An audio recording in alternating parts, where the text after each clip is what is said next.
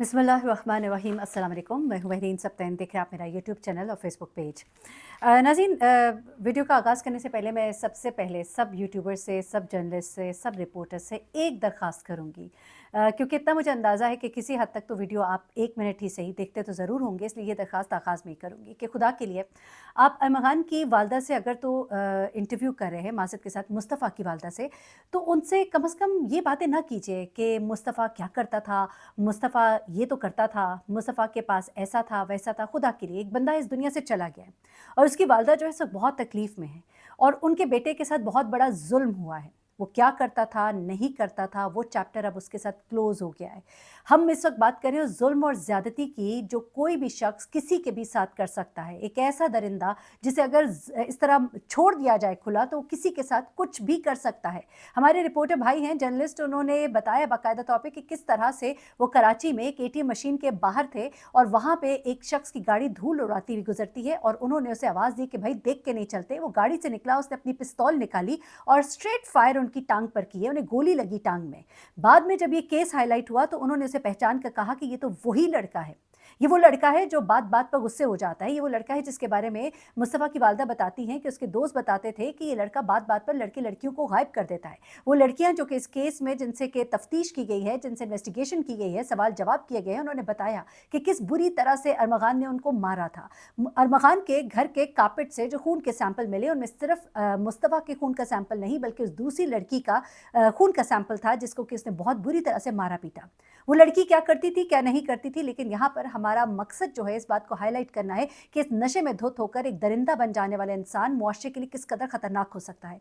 मुझे बहुत तकलीफ़ हुई जिस वक़्त मैंने मुस्तफ़ा की वालदा को ये कहते हुए सुना कि खुदा के लिए आप सोच सकते हैं कि मेरा बेटा किस तकलीफ़ से इस दुनिया से गया होगा। मुझे बहुत तकलीफ़ होती है ये सोच के, जब मैं सोचती हूँ कि मेरा बेटा किस तरह से मरा होगा। आप उस माँ की हालत को समझ सकते हैं? नहीं समझ सकते। अल्लाह ताला ऐसे वक़्त से किसी माँ बाप को ना गुज़ारे। कोई माँ बाप नहीं चाहते कि उनके बच्चे जो हैं वो बेहतरीन ना हों, वो बहुत अच्छे ना हों। बच्चों में गलतियाँ होती हैं और बच्चों की गलतियाँ माँ बाप सुधारने की कोशिश करते हैं, बल्कि मैं समझती हूँ कि इस वालदा ने बड़ी कोशिश की। बेटों को सँभालना बहुत मुश्किल काम होता है, बल्कि बेटे-बेटियों दोनों को। और बेटे को सँभालने की ही नीयत से उन्होंने बताया कि मैंने उसकी गाड़ी के अंदर एक नोकिया का फ़ोन रखा हुआ था, जिससे मैं उसकी लोकेशन ट्रेस किया करती थी। तो ये कोशिश थी एक ऐसी माँ की जो अपने बेटे को सुधारना चाहती है या अपने बेटे का ट्रैक रखना चाहती है।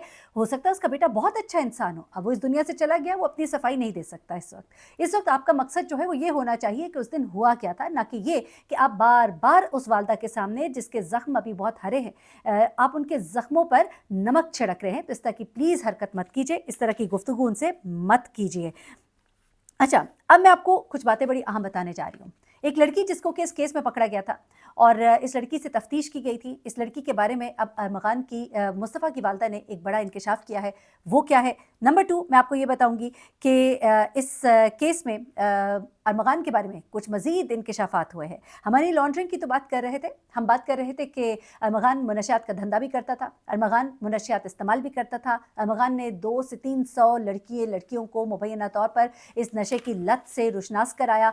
वो साहिर नामी शख्स से नशा लेता भी था, उसे आगे फैलाता भी था, पार्टिंग भी करता था। साहिर से तो जो इंकशाफात हो रहे हैं वो सिलसिला अब किसी हद तक रुका है, लेकिन अब मुझे मालूम हुआ है कि एक बड़ी शख्सियत ने स्टेप डाउन किया है। उन्होंने कहा है कि नहीं, ये मामला रुकना नहीं चाहिए और अब दोबारा से तफ्तीश जो है इसको आगे बढ़ाया जा रहा है और बहुत से लोगों को अब दोबारा से दायरा कार में लाया जा रहा है। एक हाजिर सर्विस तो नहीं, यानी कि एक हमारे सिटिंग एमएनए है, एमपी हैं, उनके साहबजादे के बारे में कुछ बड़ी एक्सक्लूसिव इन्फॉर्मेशन है, लेकिन ज़ाहिर सी बात है पिक एक्ट भी है और हमें बड़ा एहतियात के साथ, एहतियात का दामन छोड़े बगैर आपको रिपोर्ट करना होता है। एक ऑडियो कॉल लीक हुई थी, उस ऑडियो कॉल के बारे में भी हम ये बताएं कि इसका फॉरेंसिक होना चाहिए ताकि मालूम हो दूध का दूध और पानी का पानी हो।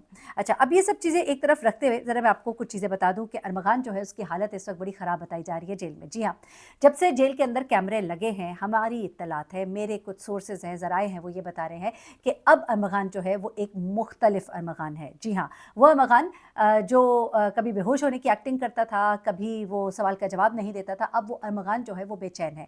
उस अरमग़ान की हालत जो है वो बड़ी ख़राब है क्योंकि उसको अब नशा नहीं मिल रहा है और वो जो है इस वक्त बड़ी सख्त किस्म की, उसे कहना चाहिए कि उसके ऊपर आइज़ हैं, बड़ी सख्त कस्टडी में है और उसके कैमरास जो हैं वो आम शख्सियात नहीं बल्कि आला पुलिस अफसरान मॉनिटर कर रहे हैं। पूरे दिन की रुदाद और फाइल उनके सामने पेश की जाती है। तो ऐसे में अब अरमगान एक ऐसे पॉइंट पर है, यकीन मानिए मुझे एक रिपोर्टर ने बताया कि अब अरमगान से आप जो कहेंगे ना वो सब बताएगा।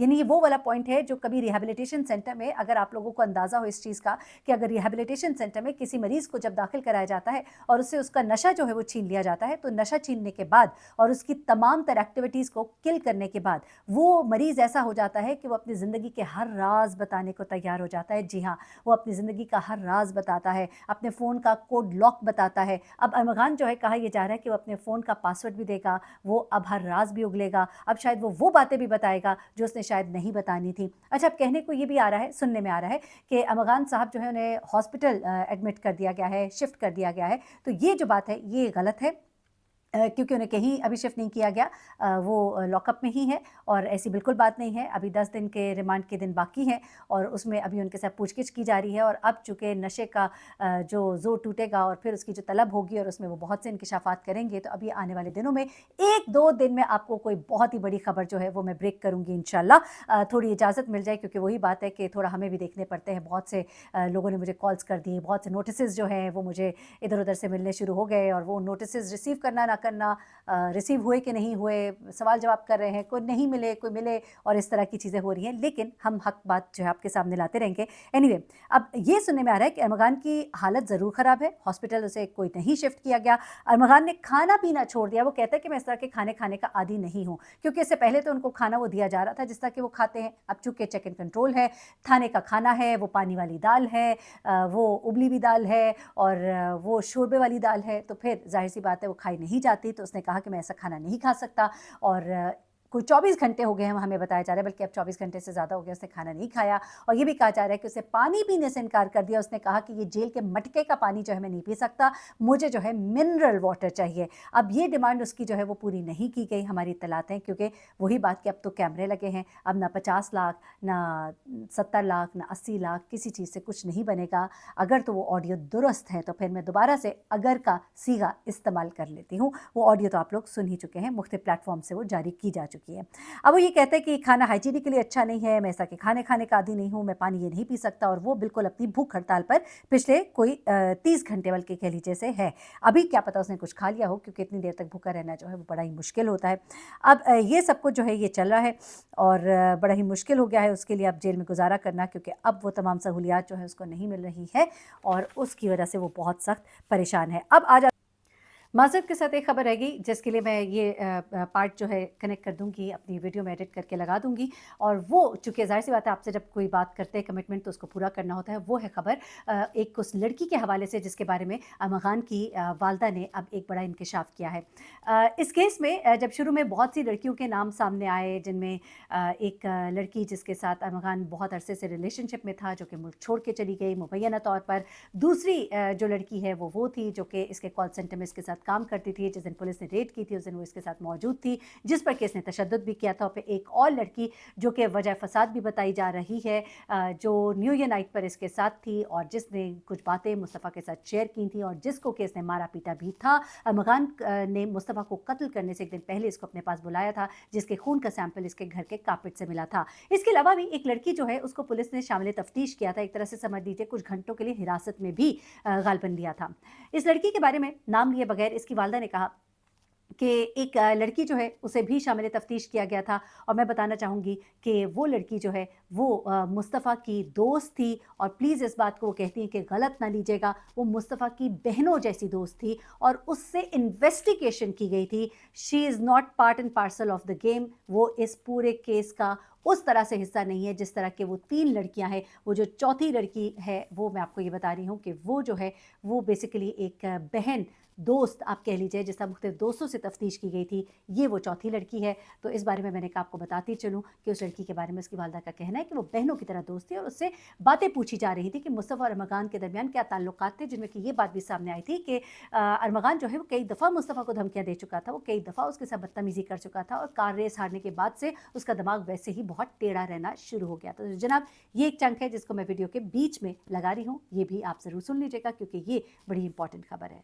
अल्लाह हूँ ہوں جی، 2 بڑی ڈیولپمنٹس ہوئی ہیں، 2 مزید انکشافات دھندوں کا پتہ لگا ہے۔ میں نے آپ کو جیسا کہ کہا کہ منی لانڈرنگ پتہ لگ گیا، یہ پتہ لگ گیا کہ یہ منشیات میں انوالوڈ ہے، پہلے خریدتا بھی تھا، بیچتا بھی تھا، اب کنزیومر تھا، لوگوں کو پلاتا بھی تھا، یہ سب چیزیں تو ہو گئی۔ لیکن اب جو ہے، اور میں نے کچھ کیسز بھی آپ کو بتائے جو اس کے اوپر تھے، لیکن اب معلوم ہوا ہے کہ اس کی 2 مزید کمپنیز جو ہیں جو کہ پاکستان میں رجسٹرڈ ہے، اس کے بعد اب 2 کمپنیز جو ہیں جو اس کی امریکہ میں رجسٹرڈ ہے وہ سامنے آئی ہیں، اور اس کے لیپ ٹاپس کی جو اسکریننگ ہے وہ جاری ہے، اور اس سے کچھ بہت ہی ایکسکلوزیو معلومات مل رہی ہے۔